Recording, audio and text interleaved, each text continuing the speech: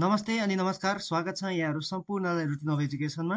धेरैजना सर्भिसहरूको एउटा जिज्ञासा के थियो भने मतगणनामा खटिने कर्मचारीहरूको सेवा सुविधा कति हुन्छन्, के कति हुन्छ भनेर जिज्ञासा थियो।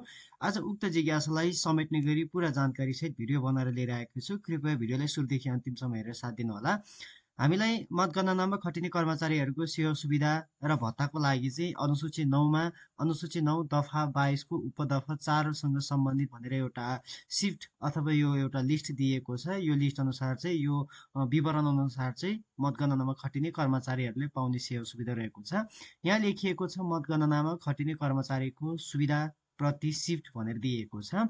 यसमा दिएको छ विवरण यतापट्टि दर, त्यसपछि कैफियतमा त प्रति सिफ्ट भनेको चाहिँ सिफ्ट अनुसार भनेर दिएको हो। यहाँ 1 नम्बरमा दिएको छ प्रमुख मतगणना अधिकारी निर्वाचन अधिकृत हुन्छ। यसको निर्वाचन अधिकृतको प्रति सिफ्ट चाहिँ 2500 रुपियाँ हुनेछ, प्रति सिफ्ट बराबर।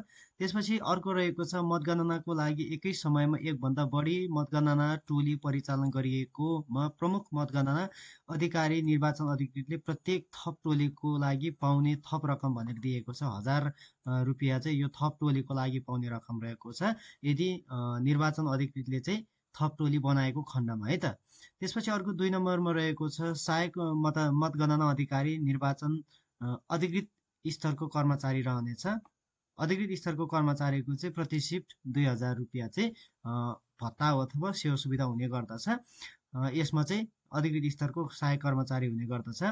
त्यसपछि अर्को रहेको छ 3 नम्बरमा फेरि अनि सहायक मतगणना सहायक भनेर दिएको छ। त्यसपछि मतगणना सहायक र कम्प्युटर अपरेटरको चाहिँ बराबरी 1600 रुपियाँ रहनेछ।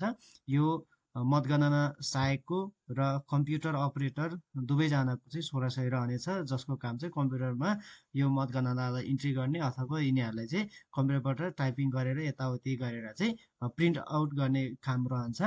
त्यसपछि अनि कार्यालय सहयोगी हुन्छ। कार्यालय सहयोगी एकजनाको चाहिँ 1200 रुपियाँ चाहिँ प्रति सिफ्ट। यो सबै प्रति सिफ्ट भनेको चाहिँ एक सिफ्टमा चाहिँ परेको आधारमा भन्ने हुन्छ।